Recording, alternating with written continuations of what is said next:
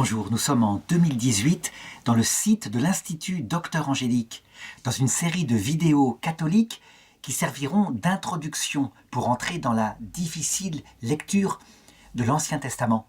L'Ancien Testament, ce livre qui ne donne pas, je dirais, directement la parole de Dieu dans son contenu, dans ce que Dieu veut pour nous, mais plutôt qui raconte comment Dieu, peu à peu, suite au péché originel, purifia l'humanité, la fit évoluer peu à peu, pour la conduire, évidemment, à la révélation plénière, celle où il parle lui-même, où il donne la plénitude de sa volonté sur nous, de son projet, à savoir le Nouveau Testament.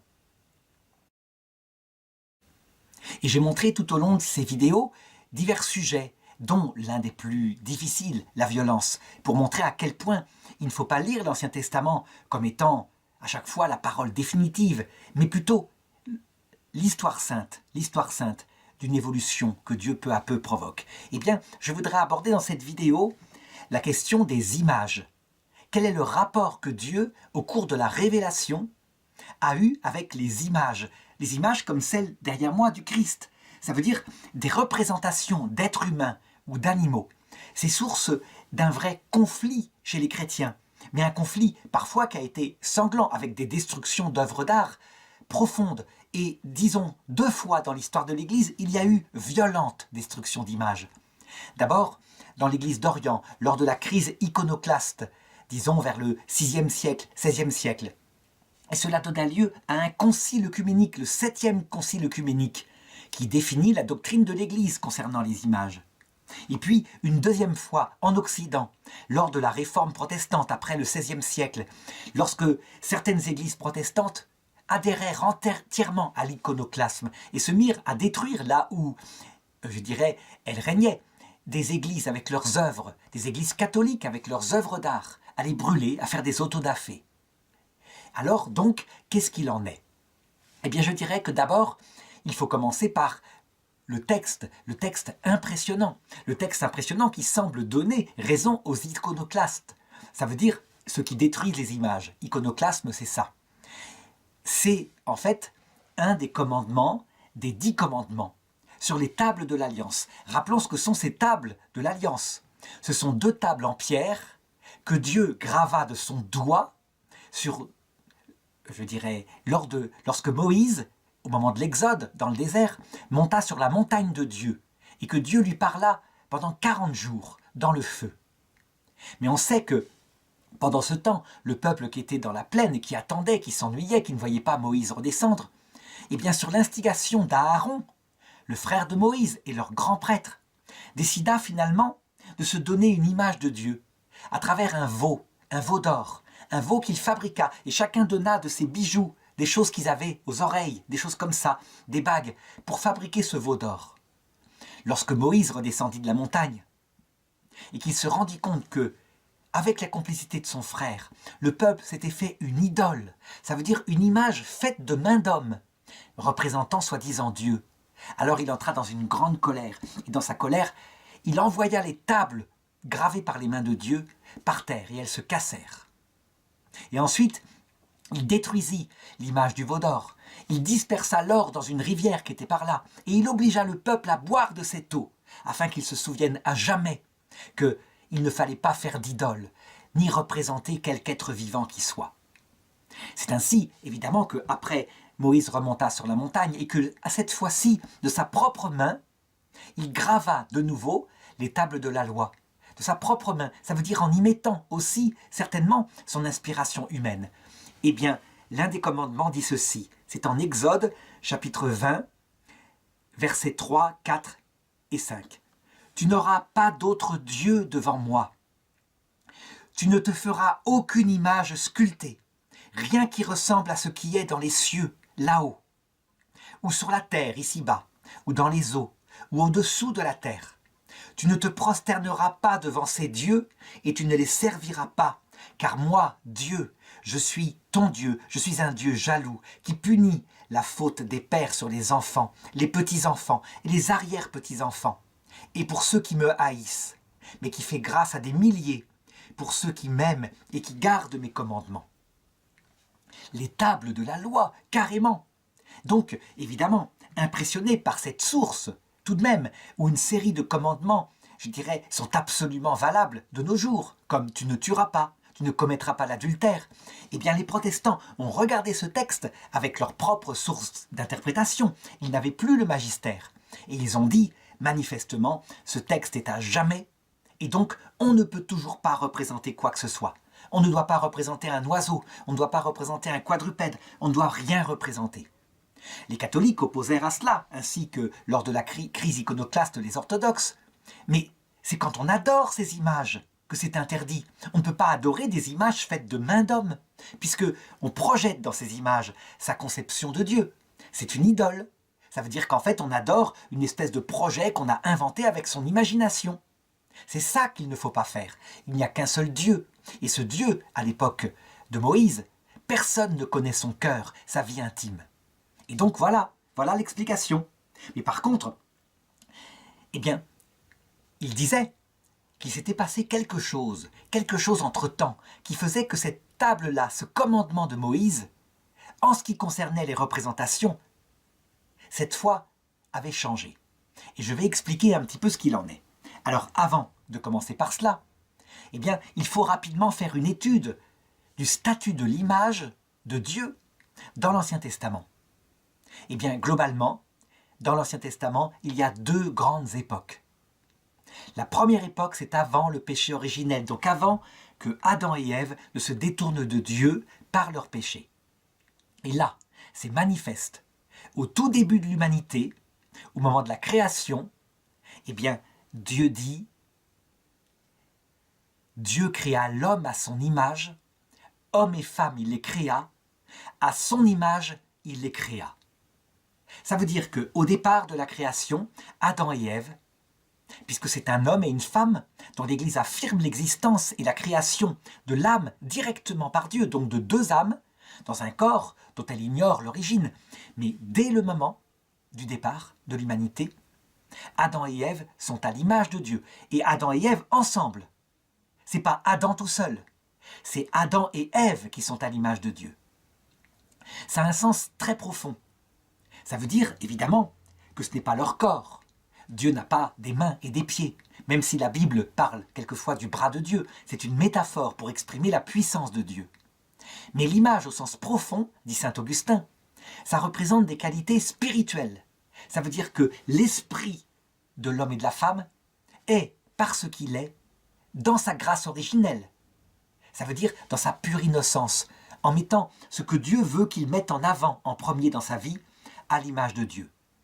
On sait ce que ça signifiera plus tard avec la révélation de Jésus. Ça a des sens très profonds. D'abord, en ce qui concerne l'esprit de l'homme et de la femme. L'esprit en lui-même, c'est l'image du Père. Cet esprit d'où il émane deux facultés vitales, à savoir l'intelligence qui peut connaître. Et l'intelligence qui peut connaître, eh bien, c'est l'image du Fils. De même que le Père se connaît lui-même infiniment et ça donne son Fils, qui est exactement semblable à lui. De même, l'homme est capable de connaître. Il y a là une image de Dieu. Et puis, en ce qui concerne le Saint-Esprit, une fois que l'homme, ou une fois que la femme, puisque c'est la même chose là, en l'occurrence, connaissent, ils peuvent choisir d'aimer le bien qui est connu. Et c'est le terme de leur activité. Et le commandement de Dieu, c'est que cet amour, ils portent en priorité sur Dieu et sur leur prochain. Et bien dans la Trinité, le Père et le Verbe, un seul Dieu, face à face, donc Dieu et sa propre connaissance de lui-même, s'aiment infiniment et réciproquement. Et cet amour réciproque s'appelle le Saint-Esprit. Et donc, la vie intime de Dieu se termine par cet amour réciproque qui est la personne infinie du Saint-Esprit, qui est Dieu, qui est un seul Dieu avec le Père et le Fils. Il y a donc bien une image de Dieu. Évidemment, ça va encore plus loin, il y a plein de sens profonds. Quand la Bible dit que c'est hommes et femmes qui sont à l'image de Dieu, il signifie par là que Dieu, quelque part, a en lui des qualités que, habituellement, on attribue plutôt à l'homme. Je dis bien plutôt parce que les femmes les ont aussi.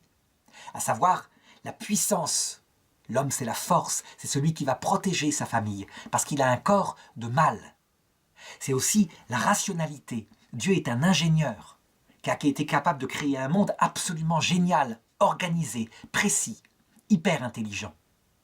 Ça ne veut pas dire que la femme n'est pas puissante. Au contraire, quand il s'agit de défendre ses enfants, elle est capable d'une force bien plus forte qu'un homme. Quand il s'agit d'une épreuve qui dure, elle est bien plus forte et plus patiente qu'un homme. Elle n'est pas aussi, ça ne veut pas dire que la femme n'est pas intelligente, mais ça veut dire que son intelligence, elle la met davantage au service de ce qui concerne le plus important, l'amour, les relations humaines. Par contre, on va attribuer habituellement à la femme prise en elle-même des qualités spéciales qui sont plutôt justement l'amour, l'humilité, le fait de mettre en priorité les personnes. Eh bien ça, c'est l'image de Dieu aussi. Dieu est à la fois homme par ses qualités de puissance et de raison. C'est une métaphore, il n'est pas rationnel, il est intelligent. Et il est féminin par ses qualités de douceur, d'humilité, que le Christ va révéler à la croix. Lui, tout-puissant, aurait pu agir en homme et anéantir ceux qui le crucifiaient. Et il a agi avec un cœur féminin, en leur pardonnant, en priant pour eux. Voilà, il y a là aussi une image de Dieu. Et donc, en voyant Adam et Ève, qui sont parfaitement réalisation de ce que Dieu veut au départ, ça veut dire que Adam ne pense qu'à Ève pour l'amour de Dieu, et Ève ne pense qu'à Adam pour l'amour de Dieu, et ils s'aiment réciproquement, chacun selon sa grâce. Ils sont à l'image de Dieu. En voyant Adam et Ève, on pouvait comprendre, sans encore voir Dieu face à face, qui est Dieu profondément. Donc on le voit, l'image n'est pas interdite au début. Adam et Ève ne sont pas des idoles. Évidemment, on n'aurait pas adoré Adam et Ève en tant que tels, on aurait vu en eux l'image parfaite, ensemble, de ce qu'est Dieu dans sa vie trinitaire. Et puis il y eut le péché originel, où Adam et Ève mirent en premier l'orgueil, le fait d'être maître de sa vie, de décider soi-même du bien et du mal. Et aussitôt l'image fut brisée. Adam se mit à penser d'abord à lui-même, à sa défense de son individualité, et Ève aussi, et elle accusa le démon. Et chacun devint comme ça égoïste. Et au bout d'un certain nombre de générations, cet égoïsme prégnant ce vieil homme qui dominait dans l'humanité, les descendants d'Adam et Ève, finirent par faire oublier qui était Dieu, tel que je l'ai décrit au début. Et donc, on arrive à un moment donné au néolithique que raconte la Bible, parce que les descendants d'Adam et Ève, Caïn et Abel, sont directement des hommes du néolithique. Ça veut dire que tout le paléolithique est oublié par la Bible. Mais peu importe, ce qui est significatif, c'est que Caïn et Abel ont oublié le cœur de Dieu. Et que donc, si les successeurs représentent Dieu quelque part, pour s'imaginer ce qu'il peut être, ils font des idoles. Ça veut dire qu'ils se représentent Dieu tel qu'il n'est pas. Comme quelqu'un de méchant, quelqu'un de dangereux, quelqu'un qui peut détruire les récoltes, quelqu'un qui peut bénir l'un arbitrairement, par exemple Abel, et rejeter l'autre arbitrairement, par exemple Caïn, parce qu'il est éleveur. Et donc, toutes les représentations de Dieu qui commencent après le péché originel sont idolâtriques. Ça veut dire qu'elles sont la projection de notre mauvais caractère, de notre mauvaise influence, et nous projetons sur Dieu cette image. Alors, les choses sont plus ou moins idolâtriques, plus ou moins. Regardons par exemple les idoles en Égypte. Les idoles en Égypte, il y en a certaines qui sont très lointaines de Dieu, comme par exemple l'image de la déesse Hathor, cette femme puissante qui est une divinité pour les Égyptiens, et qui évidemment ne correspond pas aux qualités intimes de Dieu. Par contre, d'autres images sont presque des prophéties qui annoncent déjà Jésus-Christ. Je pense à Osiris par exemple. Osiris, ce dieu qui donne la vie à la vallée du Nil, au point qu'il est représenté en ver, source de vie, et qui est tellement jalousé par le démon, son frère Seth, que Seth le met à mort. Et par la prière de celle qui l'aime, à savoir Isis, eh bien il ressuscite, il entre dans l'autre monde. Et là, il devient celui qui distribue à ceux qui se sont comportés droitement, qui ont été fidèles à leurs femmes, qui n'ont pas volé, qui n'ont pas menti, qui ont appliqué certain nombre de commandements de droiture du cœur. Il leur donne la vie éternelle. Leur cœur est pesé sur une balance Et de l'autre côté de la balance, il y a une plume de Maat, la droiture. Et celui dont le cœur est léger, eh bien, peut rentrer dans la vie éternelle, où il ressuscitera à la fin du monde. Il y a là manifestement une image, une préfiguration dans cette idole, une préfiguration de Jésus, au point que dans l'évangile selon saint Luc, lorsque Jésus s'en va, tout petit, vivre en Égypte pour fuir Hérode, l'Écriture dit « Ainsi se réalisa la prophétie. D'Égypte, j'ai appelé mon fils. » Donc, il faut bien voir, des idoles sont presque des blasphèmes par rapport à Dieu, comme les idoles des dieux incas. Ces dieux monstrueux, aux faces grimaçantes, dangereuses, à qui on offre des enfants et des adultes en sacrifice au sommet de pyramides immenses afin que le soleil se lève le matin. Et d'autres sont plus proches de Dieu, mais aucune ne correspond à Dieu, aucune. Et c'est facile à comprendre, c'est parce qu'elle procède de l'intelligence de l'homme. Si bien qu'à un moment donné, quand Moïse arrive et qu'il se rend compte de cela de par l'enseignement de Dieu, alors il donne, de par Dieu, le commandement, qu'est le deuxième commandement des tables de la loi. Et c'est un bon commandement.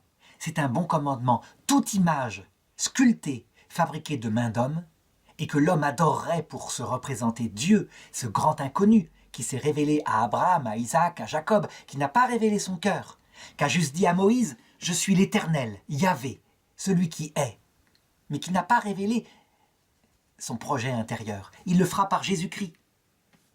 Eh bien, toute image que se représente l'homme, c'est une projection de ses désirs les plus pervers, de son vieil homme. Et on le voit bien avec ce veau d'or. Ce veau d'or, c'est l'image de la puissance. C'est un taureau d'or, en fait. C'est aussi, je dirais, l'image de quelque chose d'indomptable. C'est quelque chose d'immortel. L'or, ça signifie ça. C'est quelque chose d'incorruptible. Donc, ils ont essayé de se faire une représentation de Dieu qui correspondait à cette puissance qu'ils voyaient sur le mont, sur la montagne, avec ce feu effrayant. Et cette menace qui disait, si quelqu'un touche du pied la montagne, il sera aussitôt mis à mort.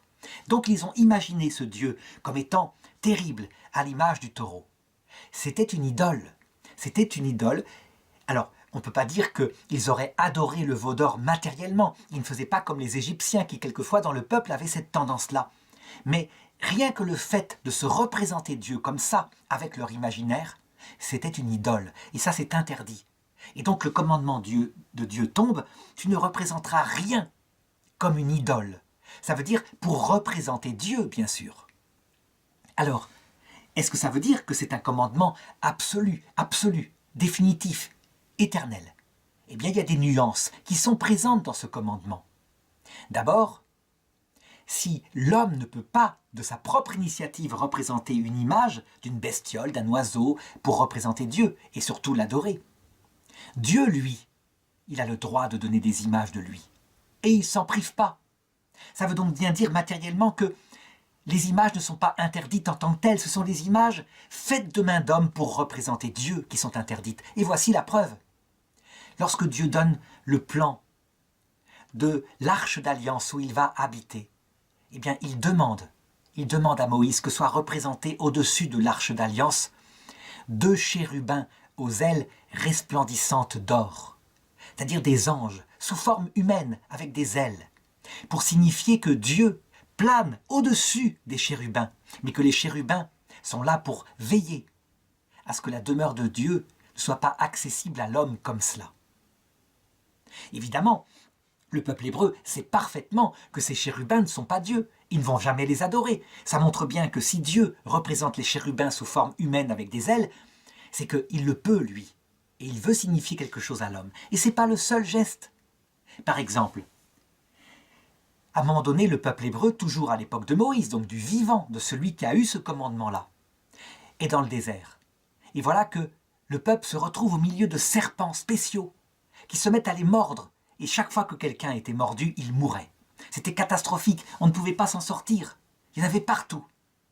Et alors le commandement tomba auprès de Moïse, qui lui fut dit « Mets un mât, dresse un mât, et fais-toi un serpent d'airain, donc de bronze, et tu mettras ce serpent sur le mât.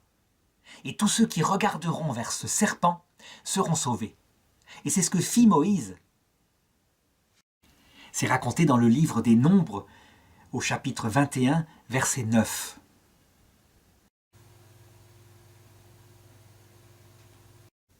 Est-ce que ça veut dire que Dieu bafouerait ses propres commandements? Aucun protestant n'accepterait ça, bien sûr.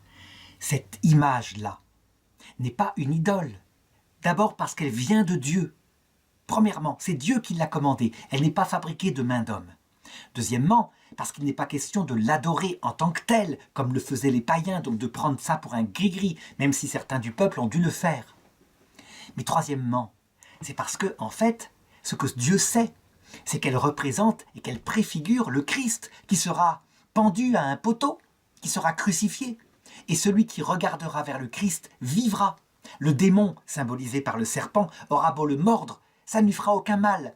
C'est explicitement dans l'Écriture, c'est repris dans ce symbole-là. Je vais lire un texte où Jésus le montre, ce rapport entre ces serpents matériels qui mordaient le peuple hébreu, ce serpent d'airain représentant le Christ, et, je dirais, la guérison spirituelle qui en sort.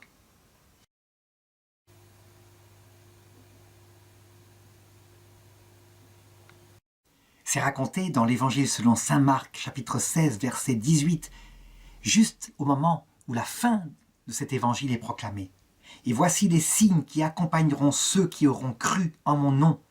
Ils chasseront les démons, ils parleront des langues nouvelles, ils saisiront des serpents, et s'ils boivent quelque poison mortel, il ne leur fera aucun mal.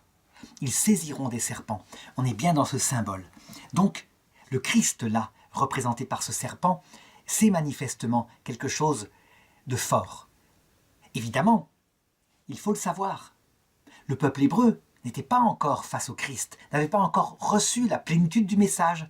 Et donc au cours des siècles, ils firent un temple au serpent d'airain et certains se mirent à l'adorer. C'était fatal, c'était comme cela. Si bien qu'à un moment donné, un des grands rois d'Israël, le roi qui réforma son peuple, le roi Josias, décida de détruire le serpent d'airain puisqu'il y avait un autel différent de l'autel de Yahvé quelque part en Israël. Il est certain qu'à cette époque-là, le cœur de Dieu n'avait pas été manifesté. Et donc, quand l'homme essayait, à cette époque-là, de se représenter Dieu, même à l'intérieur de son imagination, il se faisait une idole, quelque part. Il se le représentait, par exemple, uniquement comme un grand, je dirais, un grand savant capable de créer le monde. Mais c'était un aspect de Dieu, certainement pas son cœur. Et donc, c'était de toute façon faux. On peut même dire que le Dieu des philosophes, que à partir d'un certain moment les philosophes grecs et puis les scientifiques actuels se forment par leurs propres réflexions, atteignent bien quelque chose de réel sur Dieu. C'est certain qu'il est un grand ingénieur, un architecte de l'univers. Mais ils ne peuvent pas connaître son intention et son cœur. Donc forcément, ils finissent par projeter des idées. On le voit par exemple chez Spinoza, qui dit « cet ingénieur qui a créé le monde, admettons, il existe, mais il ne s'occupe pas de l'homme. » On le voit bien, c'est trop petit pour lui, c'est un ingénieur de haut niveau. Mais les petites créatures que nous sommes juste quelques fruits de ces expériences. C'est idolâtrique, ça ne correspond pas à ce qu'est Dieu, mais ils ne peuvent pas le savoir, parce qu'il est impossible, sauf si Dieu se révèle, de connaître la vraie nature de Dieu, et donc d'élaborer une image de Dieu. Alors, qu'est-ce qui est changé? Qu'est-ce qui est changé d'après toute la théologie catholique, orthodoxe, c'est-à-dire la théologie des églises fondées par les apôtres, que rejetèrent plus tard, je l'ai dit, la crise iconoclasme, ou alors la crise protestante iconoclaste au XVIe siècle. Qu'est-ce qui est changé? Eh bien c'est simple. Ce n'est pas une image faite de main d'homme que Dieu décide de donner à l'homme. Cette image qu'il donne, il la crée lui-même, puisqu'il choisit, lui, l'Éternel, le Verbe, le Créateur du monde, une mère. Il choisit de s'incarner en elle. Il choisit donc un corps, une sensibilité, un esprit humain. Il s'unit pour faire une seule personne avec cette nature humaine, et à partir de là, tout dans sa vie, chaque acte de sa vie, son silence durant son enfance, sa prédication plus tard, sa mort sur la croix, vont être image de Dieu. Je dis bien tout, ça veut dire pas seulement ses discours qui racontent vraiment qui est Dieu et qui donnent une doctrine, c'est vrai, Mais plus que ça. D'ailleurs, je dirais que Jésus a une parole extrêmement forte pour exprimer que l'image de Dieu est redonnée à la terre ce jour-là. C'est quand à un moment donné, un de ses disciples, excédé par le fait qu'il parle sans arrêt du Père, le Père, le Père, le Père, dit à Jésus « Montre-nous le Père, cela nous suffit ». C'est dans l'Évangile selon saint Jean, au verset 14, verset 8. Philippe lui dit « Seigneur, montre-nous le Père, cela nous suffit ». Et Jésus lui répondit, stupéfait sans doute parce qu'il s'est expliqué tellement, et ils ne comprennent rien. Jésus lui répondit, voici si longtemps que je suis avec vous, et tu ne me connais pas. Ne crois-tu pas que je suis dans le Père et que le Père est en moi? Les paroles que je vous ai dites, je ne les dis pas de moi-même, mais le Père demeurant en moi fait ses œuvres. Croyez-moi, je suis dans le Père et le Père est en moi. Croyez du moins à cause de ses œuvres mêmes. Qui m'a vu a vu le Père, Philippe. Ça veut dire quoi? Ça veut dire en fait que l'humanité sainte de Jésus est image parfaite, autant que faire se peut, parce que Dieu est infini et l'humanité est finie. Mais c'est l'image parfaite, non faite de main d'homme, du Père. La vie de Jésus est l'image parfaite du Père. Alors évidemment, objectent les protestants, et avec raison. Quand il dit ça, les disciples voyaient son visage, voyaient ses expressions. Et donc, ils avaient non seulement sa parole, son discours, mais le charme qui émanait de lui et qui manifestait quelque chose. Et nous n'avons plus son visage. Donc ils répondent, nous pouvons peut-être nous faire une image de sa vie, de sa façon d'être, qui donne quelque chose, mais certainement pas représenter son visage puisque nous ne l'avons plus. Alors qu'est-ce qu'il en est par rapport à cela? Eh bien je dirais que ce n'est pas sûr, et pour deux raisons, je dirais, dont la première est contestée, mais qu'on a bien tort sans doute de contester. En effet, je pense que Jésus, pour bien nous faire comprendre les choses, a laissé une photographie de lui, une image de lui non faite de main d'homme, comme disait la tradition des Grecs. Elle n'est pas d'origine humaine. Il a laissé sans doute, et bien que ce soit, je sais, contesté, mais c'est de moins en moins contesté, parce qu'elle résiste à toutes les objections, sauf un test au Cabor 14, mais qui est difficile d'accepter, puisque c'est un bout de ce tissu qui a été pris sur le centre. C'est le Saint-Suaire de Turin, où nous avons l'image recto, verso, sur un tissu, une image en négatif, d'un homme nu qui présente toutes les plaies de Jésus, et dont le visage, plein de noblesse, est sans doute à l'instant de sa résurrection. Il est mort et il est en train de ressusciter. Et l'éclair de la résurrection semble avoir produit sur le tissu une légère brûlure en surface de quelques micromètres, qui est à la proportion exacte, je dirais, de la forme du visage, au point de donner quelque chose qui a une triple dimension lorsqu'on fait des études scientifiques sur l'intensité de la brûlure. Voilà l'image du Saint-Suaire.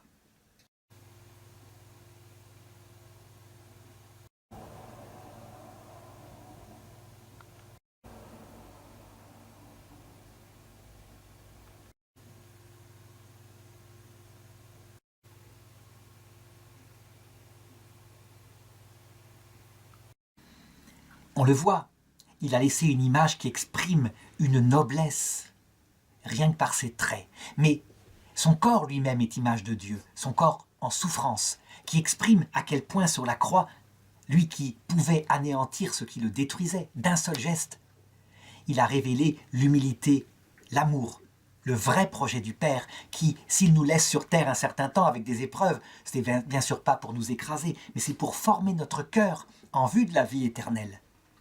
Qui regarde vers le Christ, vers le serpent d'airain, reste vivant, parce qu'il ne peut plus douter que le Père est amour. Sinon, évidemment, si ça avait été nous, avec notre façon d'être, avec notre veau d'or, si nous avions été sur la croix, nous, avec nos projections humaines, il est évident que nous serions descendus devant l'acharnement de ceux qui se moquaient en disant « Descends donc de la croix ! Descends donc, t'en as fait d'autres miracles, t'en as sauvé d'autres, regardez, il peut même pas se sauver lui-même, et il prétend qu'il est fils de Dieu. » Et il s'amusait. Nous, avec l'image de Dieu dans notre cœur qui est falsifiée, qui est une idole, eh bien, nous serions descendus de la croix et nous aurions détruit par le feu quelques-uns de ces hommes-là, arrogants.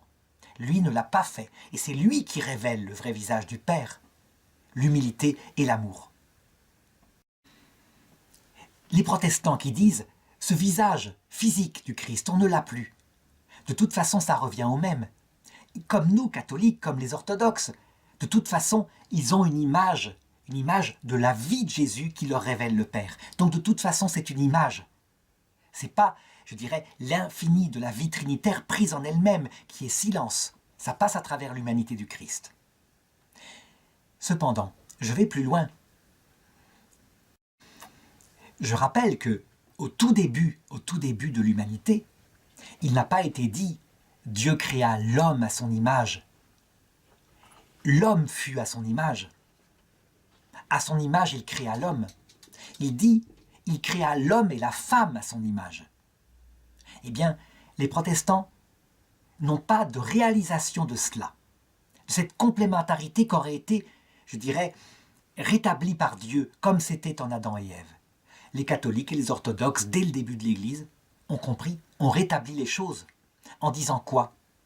Le Christ, dans son humanité, ne peut pas être, en fait, image parfaite de l'infini du Père. Comment une humanité aussi sainte soit-elle pourrait-elle être image parfaite de la divinité qui est infinie? Et c'est pourquoi Jésus est toujours à regarder avec Marie. Marie, c'est la nouvelle Ève. Elle n'est qu'une petite personne humaine, mais la seule, cette petite jeune fille, qui n'a jamais trahi Dieu, qui est restée toujours à sa place, tout humble, tout amour, y compris à la croix, alors que le démon tournait autour d'elle en sifflant « Mais renie donc Dieu et vis, regarde ce qu'il fait à ton fils !» Jamais elle n'a trahi. Et Jésus, à la croix, il l'établit, elle qui était déjà sa mère, parce qu'elle avait fait la volonté de Dieu depuis toujours. Il le dit, « Qui est ma mère? Qui est mon père? Celui qui fait la volonté de mon Père qui est dans les cieux. » Eh bien, il établit notre mère. Je sais que les protestants, pour sauver le fait que le Christ est le seul rédempteur, et ils ont bien raison, c'est lui qui a pris l'initiative, c'est lui qui est Dieu, disent « Mais non, ils se contentent de lui donner une pension de retraite auprès de Jean, qui est un adolescent qui est là. » C'est absolument illogique. C'est une parole de Dieu. Si c'était une simple parole humaine, d'abord Jésus aurait confié Marie aux fameux frères et sœurs de Jésus, dont les protestants s'amusent à dire qu'ils sont les enfants de Marie, alors que à la croix, leur mère, le nom de leur mère est cité, c'est la femme de Clopas, une autre Marie, la sœur de Marie. Eh bien, il dit aux disciples qu'il aimait « Voici ta mère ». Et dès ce jour-là, le disciple la fit sienne. Parole de Dieu, testament de Dieu à la croix. Les catholiques, les orthodoxes, c'est-à-dire l'Église universelle, dès le début, a compris que si on veut contempler l'image de Dieu renouvelée, on a Jésus, homme, masculin, qui manifeste de nouveau la force de Dieu telle qu'elle se réalise quand on est fidèle à Dieu, et Marie, féminine, qui réalise la manifestation de la douceur, de l'humilité du Saint-Esprit. C'est le Père Kolbe qui le dira plus tard.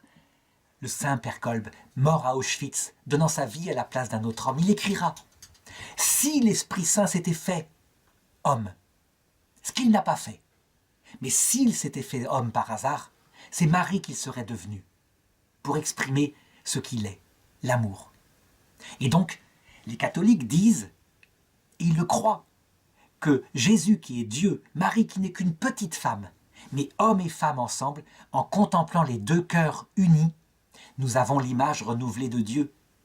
Alors les protestants diront avec raison, mais c'est ridicule. Vous faites de Jésus une image parfaite, puis Jésus une image imparfaite, puis de Jésus et Marie ensemble une image parfaite. Vous allez dire bientôt que Jésus et Marie ensemble sont une image imparfaite de Dieu. Mais oui, Jésus et Marie ensemble sont une image imparfaite de l'infinité de l'essence divine. Comment deux humanités parfaites, pourtant, pourraient-elles être l'image de cet infini? C'est comme si deux gouttes créées d'eau très pure pouvaient donner la représentation d'un océan de lumière. Et c'est pourquoi, avec Marie, il y a les enfants de Marie et de Jésus. Marie, la nouvelle Ève, Jésus, le nouvel Adam, mettent au monde, spirituellement évidemment, c'est pas biologique, l'Église. Et donc tous les saints de l'Église sont représentés sont représentés, y compris dans les églises, parce que, quelque part, ils ont complété l'image de Dieu, ils ont réalisé une amélioration de l'image de Dieu par des qualités, je dirais une façon d'être, une façon de vivre la sainteté que Jésus et Marie n'avaient pas réalisée. Les protestants répondront, mais c'est aberrant, Jésus est parfait, tout ce qu'a fait Jésus est parfait. Pas du tout, Jésus le dit lui-même. Il le dit juste après ce texte sur l'image d'ailleurs, Jean 14, 12. En vérité, je vous le dis, celui qui croit en moi fera lui aussi les œuvres que je fais, et il en fera même de plus grandes, parce que je vais vers le Père. Donc, pour les catholiques et les orthodoxes, Jésus, le seul Rédempteur, loin d'être un être jaloux, dès qu'il sauve l'humanité, il crée des co-rédempteurs avec lui et des co-images pour compléter ce qui manque à sa propre image. On le voit, c'est quelque chose qui remonte à toute l'Écriture et qui se réalise. Alors évidemment, je l'ai dit, cette théologie de très haut niveau qui fut canonisée par les premiers conciles, dont le concile de Nicée, au IVe siècle, a été contestée ensuite par les iconoclastes en Orient, c'est-à-dire des gens qui reprenaient le texte de l'Écriture et qui, influencés par les 10 commandements, dirent « Manifestement, nous avons dévié, nous sommes devenus idolâtres, nous représentons les saints, la Vierge Marie, le Christ, nous ne pouvons pas représenter. » La réponse de l'Église au 7e concile œcuménique a été de dire « Mais enfin, vous avez tout de même compris que quelque chose de nouveau s'est passé avec l'incarnation du Verbe, et que le commandement de Moïse, qui était à l'époque où il n'y avait pas encore l'image de Dieu qui était redonnée, ce commandement est daté. C'était une pastorale liée à une époque. Vous n'avez pas compris que maintenant, qui voit le Fils, voit le Père, et l'humanité du Fils. Donc on peut représenter l'humanité du Christ. Je dirais que tout au long de l'histoire de l'Église, Jésus a confirmé cela. Et vers la fin des temps, Marie est venue ajouter cette confirmation. Jésus, par exemple, avec cette image que j'ai mis derrière moi, en fait, c'est l'image de Jésus qui est apparue à Sainte Faustine en 1920-30, par là, en Pologne. Sainte Faustine Kowalska. Il lui apparut dans toute sa beauté et il lui demanda de peindre elle-même une image de son visage. Elle n'avait aucun talent, donc elle fit appel à un artiste. Et il tomba cette image-là, qui est représentée derrière moi. Il sort, quand on a tout le portrait, il sort de son cœur un rayon blanc et un rayon rouge, qui signifie, le blanc c'est l'eau qui est sortie de son cœur, le rouge le sang, et donc l'humilité, parce que l'eau, qu'on ne voit pas jamais, tellement il y en a partout, est indispensable à la vie. Et le sang, c'est tout l'amour qui rayonne du cœur du Christ. Et ce visage, plein de bonté, mais aussi plein de vérité. Donc Jésus n'a cessé, au cours des siècles, de donner de nouveau des représentations de son visage. Certes, qui ressemblent très fort au Saint-Suaire de Turin, mais pas seulement. Il faut savoir que le visage du Christ du Saint-Suaire de Turin, que j'ai montré tout à l'heure, n'a été redécouvert qu'en 1898, lorsque un photographe prit une photographie du sphère et que le négatif fit surgir en positif cette photo magnifique de son visage avec cette barbe.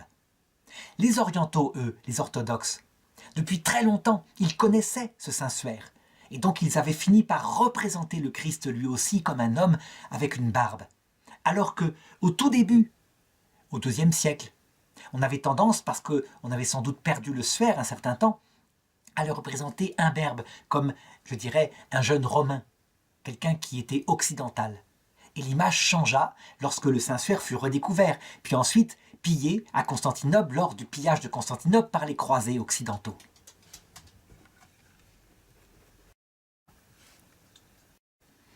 Alors que s'est-il passé au XVIe siècle? Eh bien, au XVIe siècle, l'Église d'Occident, à son tour, ayant connu beaucoup de succès, s'était de nouveau développée comme une civilisation pleine de fierté, plus de fierté de sa civilisation chrétienne que de véritable amour et humilité face au Christ, étranger à ce monde. Si bien qu'il y eut une division dans l'Église, suivie d'une grande guerre de religion. Et là, les protestants ayant décidé que toute la tradition de l'Église orientale, les conciles, le 7e concile œcuménique en particulier, étaient des pures inventions de l'homme. Ils décidèrent de devenir purement évangéliques. Ça veut dire de ne regarder que le texte seul, comme seule source de la révélation. Et donc forcément, n'ayant plus cette analyse, je dirais cette tradition, ils regardèrent avec stupéfaction le commandement dans la table de la loi, ce commandement qui leur parut indépassable. Et c'est là que recommença la crise iconoclaste avec la destruction des images, appelées idoles, et que les évangéliques maintenant appellent les catholiques et les orthodoxes des idolâtres, parce qu'ils représentent le Christ, mais aussi les saints et la Sainte Vierge. Et que, selon eux, alors là c'est un peu taquin de leur part, ils pensent que nous adorons l'image matériellement. Ils ne comprennent pas, évidemment, mais ils pourraient facilement le comprendre, que l'image n'est rien d'autre que la photographie, que par exemple un père de famille, dans les tranchées de 14, a de sa femme et de ses enfants, et qu'il embrasse au cours des bombardements de tout son cœur. Il n'embrasse pas la photographie en croyant que c'est sa femme et ses enfants.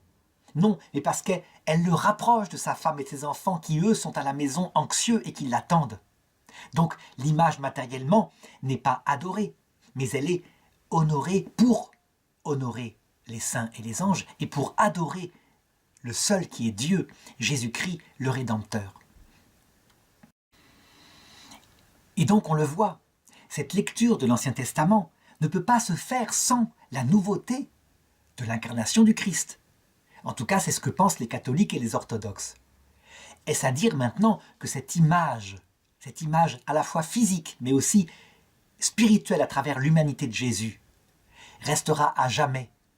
On ne pourra jamais s'en passer. Eh bien, la réponse est qu'un jour, on pourra s'en passer, mais pas en cette terre. En cette terre, si on se passe de Jésus dans son humanité à travers tous les événements de sa vie, très vite, on ne contemple plus que ce qu'il a révélé, c'est-à-dire la Trinité, et on part dans l'imaginaire. On a besoin de supports imaginaires, sinon la folle duologie part dans tous les sens. Et donc, les grands mystiques comme Sainte Thérèse d'Avila disaient « Revenez toujours à l'image de l'humanité de Jésus, à sa vie et à celle de Marie, pour arriver à remonter vers la Trinité. Ne restez pas exclusivement en perpétuité à contempler la Trinité, sinon vous partirez n'importe où. » Elle a raison. Sur Terre, nous avons besoin de cette image. Mais dans l'autre monde, lorsque nous entrerons dans la vision béatifique, ça veut dire que cette fois, nous verrons la Trinité face à face, sans aucun intermédiaire créé. Aucun. Ça veut dire qu'il se fera directement le concept de notre intelligence. L'humanité du Christ ne sera plus l'intermédiaire pour voir sa divinité. Mais bien au contraire, en voyant sa divinité face à face, nous comprendrons mieux son humanité. Et bien là, effectivement, l'image ne sera plus utile, l'humanité de Jésus ne sera plus utile, et pourtant, toujours elle sera devant nous. Parce que nous ressusciterons, nos yeux ressusciteront, nous verrons son visage. Et donc le fait de voir sa divinité n'empêchera pas de se réjouir de sa beauté, du charme de son âme humaine, tout simplement. Et donc, manifestement, même si ce ne sera plus utile, comme c'est utile sur Terre, ce sera merveilleux. Nous resterons des êtres humains, nous ne serons pas des purs esprits dans la vie éternelle. Donc voilà un petit peu globalement un panoramique de l'évolution de la notion d'image dans l'Ancien Testament, dans le Nouveau Testament, dans l'histoire de l'Église et même dans l'éternité. Voilà de quoi faire une vraie méditation.